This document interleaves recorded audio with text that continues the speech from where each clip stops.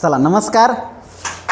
आज 8 मार्च 2026 जागतिक महिला दिन. जागतिक महिला दिनानिमित्त सर्व पुरुषांना आणि महिलांना म्हणजे सर्वांनाच जागतिक महिला दिनाच्या खूप खूप शुभेच्छा.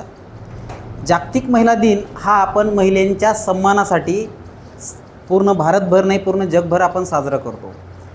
या दिवशी आपण विविध कार्यक्रम महिलाच्या सबलीकरणासाठी, त्यांच्या संरक्षणात्मक कारवाईसाठी, त्यांच्या सांस्कृतिक विकासासाठी, आर्थिक उत्कर्षासाठी किंवा अजून कोणकोणत्या उत्कर्षासाठी पूर्ण भारतात नव्हे पूर्ण जगामध्ये आपण साजरा करतो. बघा आत्ताच तुमच्यापैकीच काहींनी मला माहिती दिली की लाडक्या बहिणीचा हप्ता वाढला म्हणे. किती 1500वरून 2100 केला. तर हप्ता वाढला म्हणून महिला सबल होतील असं नाही.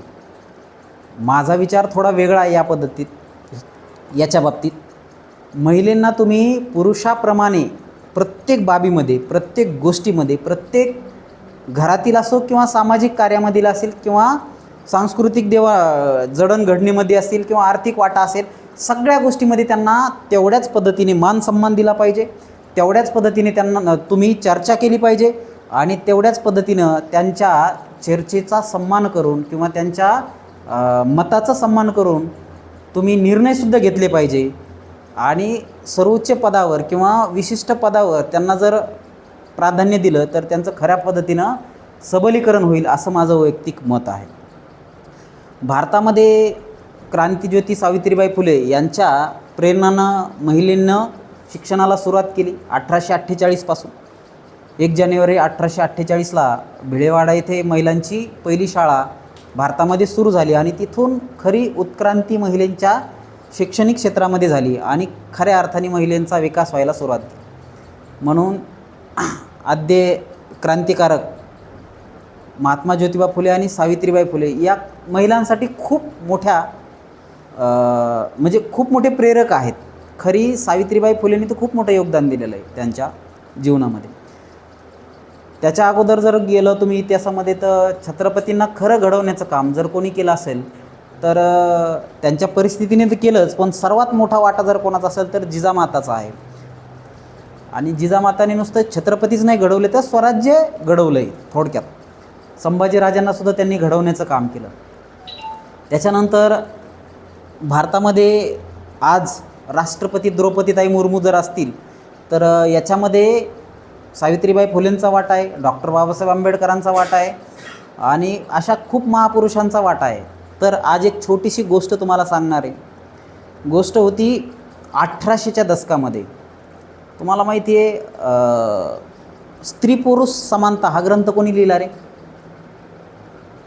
स्त्री पुरुष समानता हा ग्रंथ कोणी लिहिला?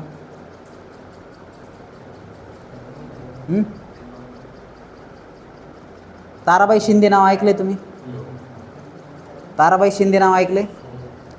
ताराबाई शिंदेनी 1881च्या काळामध्ये एक ग्रंथ लिहिला, स्त्री पुरुष समानता. महात्मा फुलेंचा काळ होता. महात्मा फुलेंनी शाळा चालू केली आणि महिलांना घडवण्याचं काम केलं. तर आपल्या बुलढाणा जिल्ह्यातले एक शेतकरी नव्हते ते, म्हणजे ब्रिटिशाकडे नोकरीला असलेले एक कुटुंबातील शिंदे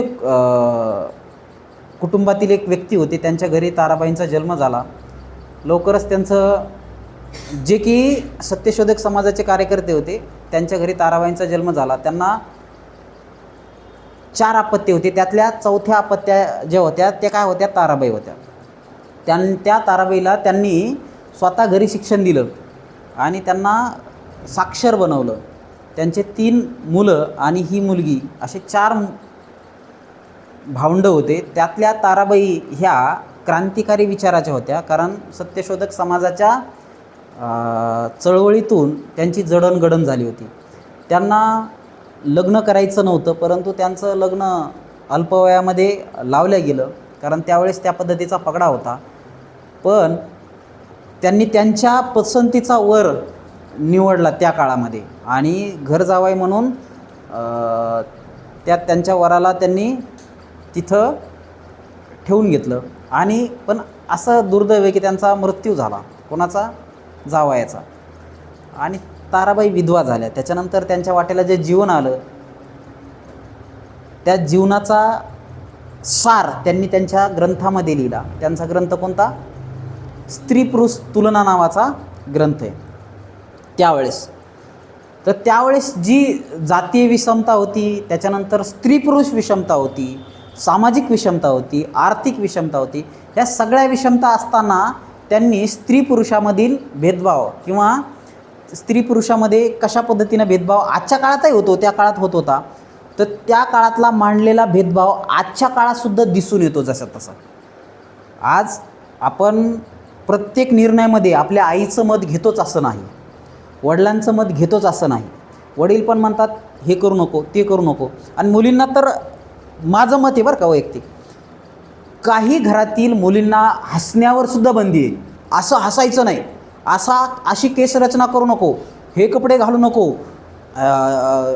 या पद्धतीचं शिक्षण नको, नाही शिकवायचंच नाही, बस झालं शिक्षण. अशा पद्धतीचे निर्णय आजही त्यांच्यावर लादले जातात. याला कारणीभूत आपला समाज आहे, आपण आहोत, तुम्ही आम्ही आहोत.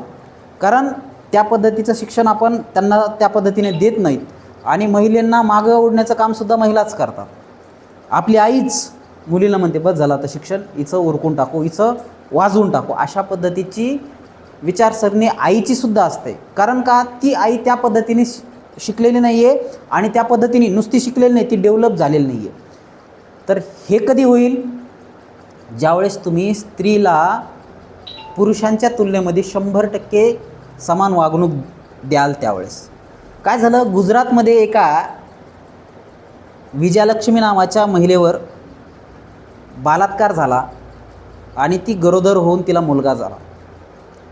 तिनं त्या अर्भकाचा खून केला, मारून टाकलं. त्या स्वतः ज्या पोटामध्ये त्या बाळाला 9 महिने 9 दिवस तिनं सांभाळलं, त्या मुलाला जन्म झाल्याच्या नंतर मारून टाकलं. कारण समाज नाव ठेवणार आहे. आजही एखाद्या बलात्कारित महिलेला जर एखादा बाळ झालं तर त्या बाळाला एकदम तुच्छ वागणूक भेटणार आहे. कोल्हाट्याचं पोर नावाची कादंबरी बघा, माहिती आहे का तुम्हाला, ऐकली असेल ना तुम्ही. किशोर शांताबाई काळे, शांताबाईचा मुलगा, त्याचा वडील कोण आहे माहीत नाही. अशा माणसाने खूप सुंदर ग्रंथ लिहिला आहे कोल्हाट्याचं पोर म्हणून. त्याच्यामध्ये त्यांचं म्हणजे जे काय व्यवसाय करणाऱ्या महिला आहेत त्यांचं जीवनाचं एकदम दर्दरतं सत्य त्यांनी त्या पुस्तकामध्ये मांडलेलं आहे. तर अशाच पद्धतीने त्या काळामध्ये एका महिलेला मुलगा झाला, त्यानं त्या अर्भकाचा जन्माल्याच्या नंतर लोकाच्या भीतीपोटी पोटच्या गोळ्याचा खून केला आणि त्या खुनाचा खटला चालला आणि खालच्या कोर्टाने, मॅजिस्ट्रेट कोर्टाने तिला फाशीची शिक्षा सुनावली. कधीची गोष्ट आहे, 1880च्या दशकातली गोष्ट आहे. खालच्या कोर्टाने फाशी सुनावली. त्याच्यानंतर ती वरच्या कोर्टामध्ये गेली. बॉम्बे हायकोर्ट होतं त्यावेळेस, आजही बॉम्बे हायकोर्टच म्हणतो आपण. बॉम्बे प्रांतामध्ये तो खटला चालला. तिची फाशीची शिक्षा रद्द करून तिला जन्मठेपेची शिक्षा दिली. आणि जन्मठेपेची शिक्षा दिल्याच्या नंतर लोकांचा तीव्र विरोध त्याला, नाही ह्या महिलेने पाप केलं आहे, तिला फाशी व्हायला पाहिजे अशा पद्धतीनं. त्याच्यानंतर तिनं दयेची याचिका दाखल केल्याच्या नंतर कोर्टाने, न्यायालयाने तिला काय केलं आहे, 5 वर्षाची सश्रम कारावास अशा पद्धतीची शिक्षेमध्ये त्याचं कन्व्हर्जन केलं. पण हे केल्याच्या नंतर जे मनुवादी विचाराचे लोक होते, जे धर्मांध सनातनी होते, यांनी काय केलं, त्याविषयी निदर्शनं केले, पेपरमध्ये पेपरबाजी केली की ह्या महिलेला अशा पद्धतीने खुलं सोडलं तर जगामध्ये वेगळा संदेश जाईल, समाजामध्ये वेगळा संदेश जाईल. या गोष्टीचा सखोल विचार करून ताराबाईंनी ग्रंथ लिहिला स्त्री पुरुष समानता. त्या महिलेची किती चूक होती रे, तिच्यावर बलात्कार झाला, किती चूक आहे त्या महिलेची, काहीच चूक नाही ना. कोणीतरी वासनेचं तिला शिकार बनवलं, त्यात त्या महिलेंनी त्या अर्भकाला जन्म दिला. आणि त्यावेळेस त्या पद्धतीचे हे नव्हते, सिस्टम नव्हते, प्रोटेक्शन नव्हते. तर काय म्हणते ते गोळ्या वगैरे नव्हत्या, तर तिला जन्म द्यावा लागला आणि त्या बालकाला मारल्याच्या नंतर तिच्या वाट्याला जे दुःख आले, ते वेदना आल्या. लोक काय करतायत आता? आंदोलनं करतायत का? आता अशा पद्धतीच्या शिक्षा न्यायालयांनी माफ नाही करायला पाहिजे, अशा पद्धतीचे लोक आंदोलन करायला लागले. तर यासाठी कडक कायदे झाले पाहिजे, या पद्धतीचा विचार अंगीकृत करून ताराबाईंनी त्यावेळेस ग्रंथ लिहिला आहे, स्त्री प्लस तुलना. त्याच्यामध्ये त्यांनी मांडलं आहे की अशा पद्धतीच्या चुका पुरुष करतात आणि जिम्मेदार कोण ठरतंय? स्त्रिया ठरते. जिम्मेदार ठरतं कोण? स्त्रिया.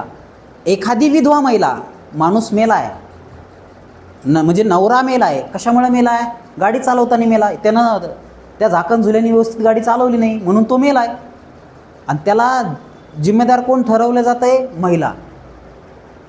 हिनंच माझा लेख खाल्ला, अशा पद्धतीची आरोळी कोण ठोकतंय? तिची सासू ठोकते. गिळला म्हणते लेख. अशा पद्धतीची विचारसरणी जर महिलांची आजच्या काळात असेल, आता तिला भयानक दुःख झालं आहे, तिचा नवरा मेला आहे, पण लोकांची बघण्याची दृष्टी बदलते, लोकांची बघण्याची भावना बदलते. हे जोपर्यंत बदलणार नाही तोपर्यंत महिला सक्षमीकरण नाहीच, असं माझं वैयक्तिक मत आहे. आणि त्यासाठी तुम्ही आम्ही लोकांनी, बाळ्या, आपण सर्वांनी पुढाकार घेऊन पुढं आलं पाहिजे. आपल्या बहिणीचा, मातेचा आदर राखला पाहिजे. आपल्या पोरीला जिजाऊसारखे संस्कार घडवले पाहिजे. पुढं चालून तिनं तिच्या पोटी येणाऱ्या जन्मलेला बालकाला एकदम संस्कारमय बनवून आपल्या कुटुंबाचाच नाही तर आपल्या देशाचं पण नाव तिनं पुढं नेलं पाहिजे. या पद्धतीचे संस्कार तुम्ही तिच्यावर केले पाहिजे, आपल्या येणाऱ्या पुढच्या पिढीवर. आणि आपल्या समकालीन आपल्या आईचा आदर राखला पाहिजे, वडिलाचा आदर राखला पाहिजे. तुमच्यापैकी किती जण आहेत रे आईला एकेरी बोलतात? तुमच्यापैकी आई तू जेवलीस का असं कोण कोण म्हणतंय? हात वर करा. आई तुम्ही जेवलात का असं कोण कोण म्हणतंय? हात वर करा.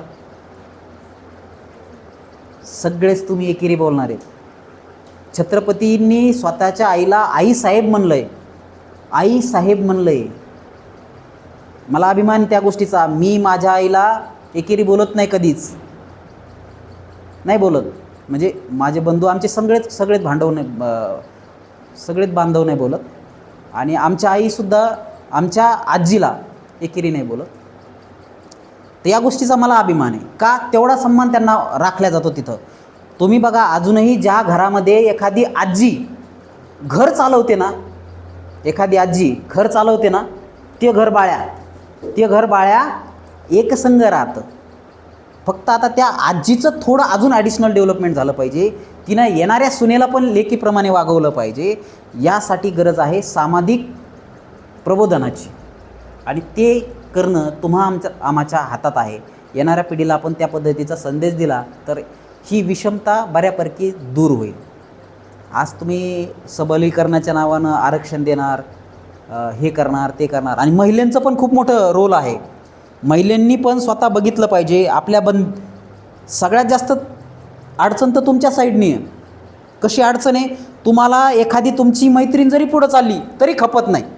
आमच्या पोरांच्या बाबतीत किंवा पुरुषांच्या बाबतीत तसं नाही आहे. एखादा पुढं चालला असेल त्याला सपोर्ट करणारी भरपूर असतील, पण मुलींच्या बाबतीत तसं नाही. न्यूनगंड मुलींच्या बाबतीत जास्त वाढलेला आहे. तर हा कुठंतरी नष्ट झाला पाहिजे. यासाठी तुम्ही लोकांनीसुद्धा प्रयत्न करा. म्हणजे एखादी तुमची रूममेट जरी तिला जास्त मार्क पडले तर दुसरी थया नाचती. त्रास होतो. अरे ती पुढं चालली, तिला कसं कायच पडली, ती अभ्यासच करत नव्हती. म्हणजे मी माझंच एक उदाहरण देतो. माझ्याकडे एक विद्यार्थिनी आली, सर तिचे मार्क वाढलेच कसं काय, इथं मार्क कमी होतात म्हणून ती अक्षरशः मला भांडली. वाईट अवस्था आहे. ठीक आहे, चुकून मास्तरकडून गेले मार्क, आणि खरंच गेलेच होते, परंतु भांडायची काय गरज आहे? तिला पडले ना, ठीक आहे, शिक्षकाच्या चुकीमुळे तिला जर मार्क वाढले तर तिच्या पोटात दुखायचा काय प्रश्न नाही ना.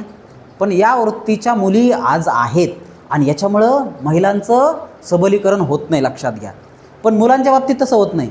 मुलांच्या बाबतीत मुलं काय करतात? हां, आपलाच भाऊ या लावून टाकते त्याची अटेंडन्स, पुढं नेण्याचं काम करतात. म्हणजे हे अटेंडन्स लावणं हे चुकीचं आहे, मी सरळ म्हणतो, परंतु त्याला कसं पुढं नेता येईल या बाबतीत विचार मुलं करतात. मुली मात्र ह्या बाबतीत कमी विचार करीत नाही, असं माझं मत नाही. मुलीही एकमेकाला पुढं नेण्याचं काम करतात. आपल्या एक भगिनी दुसऱ्या भगिनीला नक्की पुढं नेण्याचं काम करते आणि तुम्ही ते करायला पाहिजे. यासाठी आपण प्रोत्साहन देऊ तुम्हाला आणि तुम्ही लोकांनीसुद्धा दिलं पाहिजे. आणि हे ज्यावेळेस होईल त्यावेळेस खऱ्या अर्थाने महिला सबलीकरण होईल. येतं लक्षात. मग त्यावेळेस त्यांनी जे स्त्री पुरुष तुलना ग्रंथ लिहिला त्या ग्रंथाचा आजच्याच दिवशीसुद्धा आजच्या घडीलासुद्धा ते विचार करण्यासारख्या गोष्टी आहेत. प्रत्येक गोष्टीमध्ये विचार करण्यासाठी. म्हणजे बघा घरामध्ये 2 अपत्य जर असेल, एक मुलगा आणि एक मुलगी, घरामध्ये 2 अपत्य, एकच मुलगा आणि एकच मुलगी, तर शिकवलं कोणाला जातं रे? जनरली मुलाला जातं. पण मुलगी हुशार असेल तर त्या पालकांनीसुद्धा विचार करायला पाहिजे. मुलगी जर हुशार असेल तर मुलीला प्राधान्य द्यावं. मुलगा हा जर झाकणझुले असेल तर मुलाला प्राधान्य देऊ नका. बळजबरी दाबून दुबून शिकू नका. नसेल शिकत नो प्रॉब्लेम. मुलीला स्वतः व्यवसायामध्ये उतरवा, तिला सबल करा, तिला सक्षम करा. छोट्या छोट्या स्किल तिला त्यावेळेसच शिकवा. शिवणकाम असेल, ते ब्युटी पार्लरचा कोर्स असेल, ॲडिशनल कोर्स करायचा ना, कर बेटा. आमचा तुला जाहीर पाठिंबा. तुला क्लास घ्यायचा तू घे, तुला शिकायचं तू शिक. हे नवऱ्यांनीसुद्धा करायला पाहिजे. वडिलांनी तर करावंच, वडिलांचं तर ते एक आद्य कर्तव्य आहे.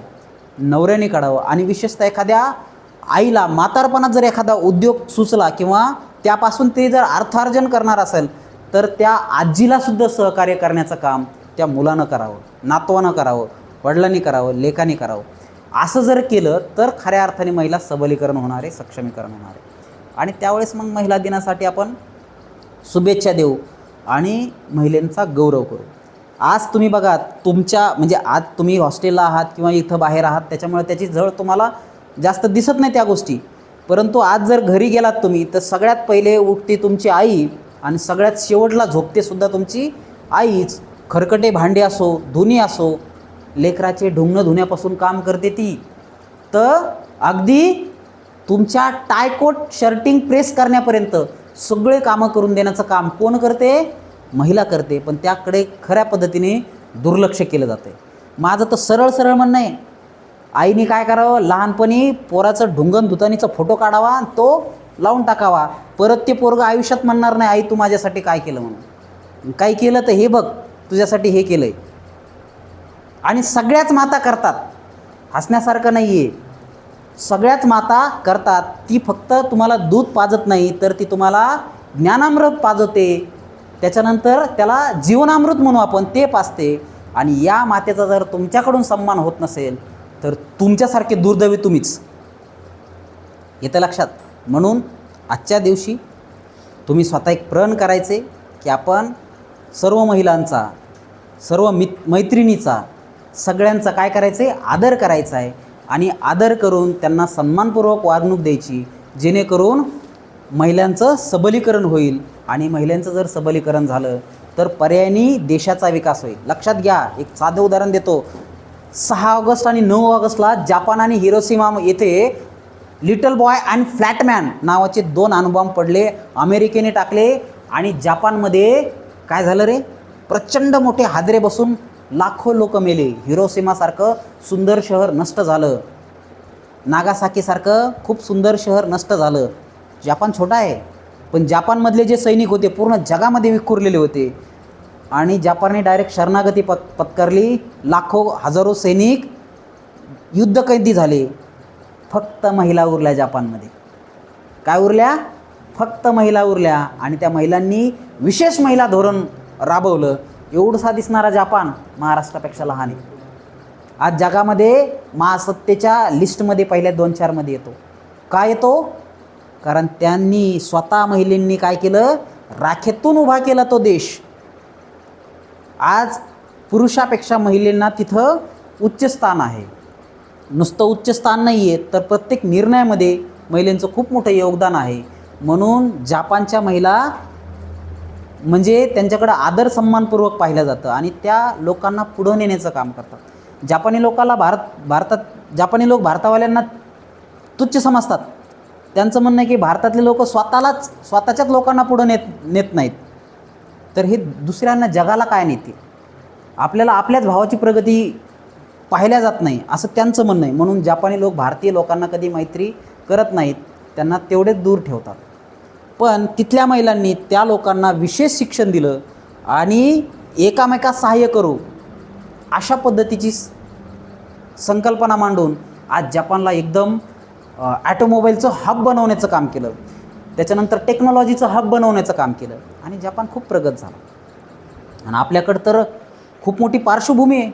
आपल्याकडं अहिल्याबाई होळकर यांनी नुसतं त्यांना पुण्यश्लोक बनवण्याचं काम केलं आपल्या समाजाने. पुण्यश्लोक नाही आहेत त्यांनी रोजगार निर्मितीसाठी काश्मीरपासून कन्याकुमारीपर्यंत जागोजागी महादेवाचे मंदिरच नुसते बांधलेले नाही आहेत, तर त्यांनी बारव बांधले, त्यांनी घाट बांधले, त्यांनी रोजगार निर्मिती केलं आणि लोकांना एक संघ बांधण्याचं काम केलं. तर हाही विचार घ्यावा. नुसतं पुण्यश्लोक बघू नका, त्यामागचा हे बघा. जिजाऊंनी नुसते छत्रपती नाही घडवले, जिजाऊंनी एक साम्राज्य घडवलं. हा मागचा तुम्ही विचार घेतला पाहिजे. नुसतं एक गोष्ट घेऊ नका, सगळ्या गोष्टी घ्या. कल्पना चावला नुसत्या टेक्नॉलॉजीमध्ये नव्हत्या, त्यांनी त्यांचं कर्तव्य, बाकीच्यासुद्धा कर्तव्य पूर्ण पार पाडलेत. मेरी क्युरी माहिती आहे तुम्हाला? मेरी क्युरी 2 नोबेल प्राईज मिळवलेत तिला आणि त्याचा मृत्यू कशामुळे झाला? रेडिएशनमुळेच झाला, किरणोत्सारिकतामुळेच झाला. या महिलांनी त्यांच्या जीवनामध्ये बघा, एकमेव महिला आहे 2 नोबेल प्राईज भेटलेले त्यावेळेस. त्यांच्या निजी जीवनामध्ये बघू नका त्यांनी काय केलं, त्यांचं समाजासाठी काय योगदान आहे ते बघा. नाही ते ही अशीच आहे, ते तशीच आहे, अरे काय घेणं देणं. त्याचं कर्तृत्व काय ते बघा ना तुम्ही. त्यांचं कर्तृत्व बघा आणि त्यांचे विचार बघा. त्यांचे विचार आणि कर्तृत्व जर बघितलं तर त्याचा फायदा आपल्याला होईल आणि त्या विचारात त्यांनी प्रेरित होऊन आपण आपलं काम चांगलं करू. जसं की आता आपले आयर्न लेडी कोणाला म्हणलं जातं आहे? इंदिरा गांधी. माहिती आहे ना तुम्हाला इंदिरा गांधी कोण होत्या? नेहरूंच्या मुलगी होत्या. हा कन्सेप्ट वेगळा आहे, पण त्या सगळ्यात सक्षम आणि खंबीर आणि खमक्या पंतप्रधान भारताच्या ठरल्या. त्यांनी पाकिस्तानचे 2 तुकडे केले 71च्या युद्धामध्ये. आणि अमेरिका जेव्हा भारतावर अटॅक करत होता त्यावेळेस जगामधून पाठिंबा मिळवून त्यांनी त्या अमेरिकेच्या अटॅकलासुद्धा भारतापर्यंत न येऊन देण्याचं काम त्यांनी इनडायरेक्टली केलं. पण आजच्या कंडिशनला थोडं वातावरण वेगळं आहे. महिला सबलीकरणाच्या बाबतीत मात्र वेगळं आहे आणि भारतसुद्धा तेवढा सक्षम नाही आहे जेवढा त्यांच्या हातात होता. लक्षात घ्या. भलेही त्यांचा याचा काळ कशाचा आणीबाणीचा काळ, त्याला मी क्रिटिसाईज करतो, काही गोष्टी चुकीच्या केल्यात त्यांनी, पण भारत त्यावेळेस खरंच सुरक्षित हातात होता असं मला आजच्या दिवशी वाटतं. त्यांनी खूप मोठं योगदान भारताच्या विकासामध्ये दिलेलं आहे. अशा सर्व महिलांना म्हणजे इंदिराजी असो, द्रौपदीताऊ मुर्मू असो किंवा आपल्या त्या अगोदरच्या राष्ट्रपती काय नाव त्यांचं, प्रतिभा देवी सिंग पाटील असो, या त्याच्यानंतर सोनियाजी असो, त्याच्यानंतर सोनियाजीच्या बाबतीत काय काय गरळ ओकण्याचं काम लोक करतात. महिलांचा सन्मान छत्रपतींनी शिकवला आपल्याला. छत्रपतींनी महिलांचा सन्मान शिकवला आणि तुम्ही सोनियाजीबद्दल चुकीचं बोलताय, ही सुद्धा चुकीची बाब आहे. त्यांचासुद्धा सन्मान व्हायलाच पाहिजे, बिलकुल व्हायला पाहिजे. त्याच्यानंतर आपल्या बाकी महिला ज्या असतील, अगदी रुपालीताई चाकणकरपासून चित्रा वाघपर्यंत आणि अगदी आपल्या अमरावतीच्या खासदारपासून तर द्रौपदीताई मुर्मूपर्यंत सगळ्यांचा सन्मान झाला पाहिजे. हे जे 4 झाकण झुले आर्थिक म्हणजे ट्विट करून काहीतरी अपमानास्पद टाकतात, हे अतिशय चुकीचं आहे. तुम्ही त्यांच्यावर कोणत्याही महिलेवर कमेंट करताना तुमची पातळी सोडून कमेंट करू नका. वैचारिक मतभेद असतील तर ते नक्की मांडा, राजकीय मतभेद असतील तर ते नक्की मांडा, पण महिलांचा सन्मान मात्र तुम्ही केला पाहिजे, सन्मानपूर्वक वागवलं पाहिजे. आणि असं जर वागलं तर मात्र आपल्या देशाला आपण महासत्तेकडे नेण्यापासून कोणी आपण रोखू शकत नाही. जगातील कोणतीही महासत्ता म्हणू शकत नाही की तुम्ही आमच्या हातातील बाहुलं आहे किंवा आमचं आहे का असं तसं. तर त्यासाठी आपल्याला आपल्या घरापासून सुरुवात करावं लागेल. सक्षम बनवा, निर्णयामध्ये सहभागी करून घ्या आणि त्यापासून आपल्या घराचा विकास करा. आपल्या महिला भगिनीचा विकास झाला. बघा, मुलापेक्षा मुलगी बरी, आनंद देते दोन्ही घरी, सुख देते दोन्ही घरी, समाधान देते दोन्ही घरी, आनंद देते दोन्ही घरी. तर अशी सक्षम मुलगी असेल तर सासरचं नाव उंचावते आणि माहेरचंसुद्धा नाव उंचावते. हे फक्त त्यांनाच मिळालं आहे. हे सौभाग्य फक्त महिलांनाच मिळालं आहे. आणि त्या सौभाग्याचं जर सोनं करायचं असेल तर महिलांनीसुद्धा स्वतःचं आत्मपरीक्षण करावं. संध्याकाळी झोपायच्या आधी 5-10 मिनटं बघावं आपण चुकीचं काय वागलो, कशा पद्धतीने आपल्याला उत्कर्ष करायचा आणि काय काय आपल्या जीवनामध्ये बदल करायचे. एक जीवनाचं ध्येय निश्चित करा आणि त्या ध्येयावर हळूहळू मार्गक्रमण करा. तुम्हाला सगळीकडून मदत मिळेल. अगदी भावासारखे मदत करणारे तुमचे मित्र तुम्हाला कोणत्याही क्षणी मदत करतील. शिक्षकासारखे प्रेरणादायी शिक्षक पहा, एक प्रेरणादायी महिला शिक्षिका आहेत तुमच्यात, त्याही तुम्हाला प्रत्येक गोष्टीत मदत करतील. आणि असं जर केलं तर महिला सक्षमीकरण होईल. आपल्या मित्रमैत्रिणीला चुकीचं बोलू देऊ नका, अपशब्द बोलू देऊ नका, आदर करायला शिकवा. आणि हे जर केलं तर आपल्या खऱ्या अर्थाने महिला दिन तर साजरा करायची गरज पडायला नाही पाहिजे. का बरं सन्मान करायचा आहे? रोज तर आपण सन्मान करतोय ना. अशा पद्धतीची जर खरंच वागणूक आली तर मग नंतर आपल्याला महिला दिन साजरा करायची गरज पडणार नाही, कारण आपण रोजच महिलाचा सन्मान करणार ठरू. येतं लक्षात? तर मग त्या अर्थाने आपण म्हणू खरं ह्या महिला दिनाचं आपलं जे उद्दिष्ट आहे ते सार्थक झालं असं म्हणू.